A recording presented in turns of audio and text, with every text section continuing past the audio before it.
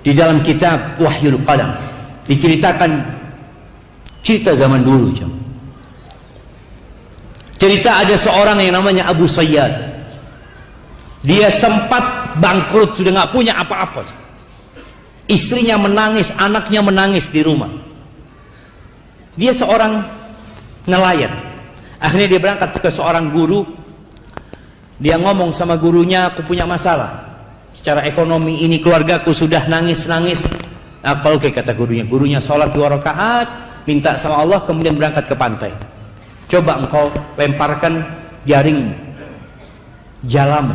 Dia lemparkan jalan supaya dapat ikan besar. Dijual ke pasar.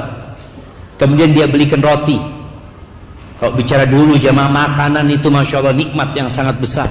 Dia beli roti 2. Yang satu isinya madu, yang satu isinya keju. Dia bawa, dia datang ke gurunya. Guruku, engkau ambil salah satunya. Kata gurunya, enggak. Gurunya mengatakan, kalau kita minta untuk diri kita sendiri mungkin enggak keluar, itu tadi ikan. Itu rezekimu, kata dia. Dia bawa pulang jamaah 2 roti ini. Di tengah jalan ada seorang perempuan bersama anak mengemis. Ngelihat orang ini bawa roti, didatengin. Dia minta dengan tangisan anak perempuan ini. Kesian orang ini. Dia ingat sama istri sama anaknya di rumah. Dia kasihkan roti itu dua-duanya. Lalu anak itu tersenyum jemaah. Senang dia makan dengan lahapnya. Yang Abu Sayyad pusing, nggak berani pulang ke rumah. Dia akhirnya berangkat ke pasar. Mungkin ada yang bisa dia kerjakan. Berusaha.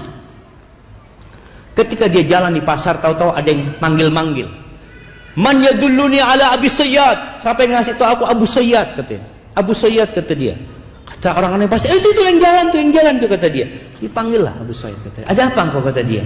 Dia cerita, aku punya utang sama bapak 30.000 dirham. Masya Allah, 30.000 dirham itu kira-kira 3.000 dinar. Dia bisa buat beli kambing 3.000 ekor. Kalau antum nggak kebayang tuh ya. 3.000 ekor kambing. Dikasih duitnya, dia ahli waris bapaknya sudah, dia terima duit itu, Masya Allah, hidupnya makmur jemaah. Dia suka rajin sodakoh, sekali sodakoh 1.000 dirham dia jadi orang kaya Abu Sayyid. Subhanallah, tahu-tahu dia cerita, aku tertidur mimpi seakan-akan kiamat terjadi. Dipanggil Abu Sayyid, hadiri penimbangan amalan. Karena nanti akan ditimbang amalan tadi. Ketika ditimbang amalannya, timbangan pada hari kiamat itu jamaah ada 2 daunnya. Satu timbangan kebaikan, satu isinya dosa-dosa. Allah mengatakan fa amma man thaqulat mawazinuhu fa huwa fi 'ishatir radiyah. Yang berat timbangan kebaikannya, maka dia akan berada di kehidupan yang baik. Ketika ditimbang itu lebih berat dosa-dosanya Abu Sayyid. Ketika dia seperti itu, protes Abu Sayyid, "Aina shadaqati?" Mana sedekah-sedekahku, kata dia. Kan dia orang kaya-kaya yang rajin sedekah jemaah. Oh iya, sedekahmu, datangkan sedekahnya. Datangkan 1.000 dirham, taruh di sana seperti kapas jemaah. Ditaruh, nggak bergerak jemaah. Datangkan 1.000 dirham. Kenapa? Di setiap dirham-dirham yang dia sedekahkan, fihi syahwatun nafas, ada syahwat nafs. Syahwat kepingin sedekah, aku kepingin sedekah, aku senang sedekah, aku suka membantu orang lain. Aina Allah? Kalau engkau sedekah hanya untuk kesenangan, bukan lillahi ta'ala. Ketika melihat itu Abu Sayyid lemas jemaah. Lalu dikatakan, innaka la tudzlamul yaum. Kau enggak akan dizalimi hari ini. Kata dia, masih ada amalanmu, kata dia. Apa lagi, kata? Ada 2 roti, kata dia.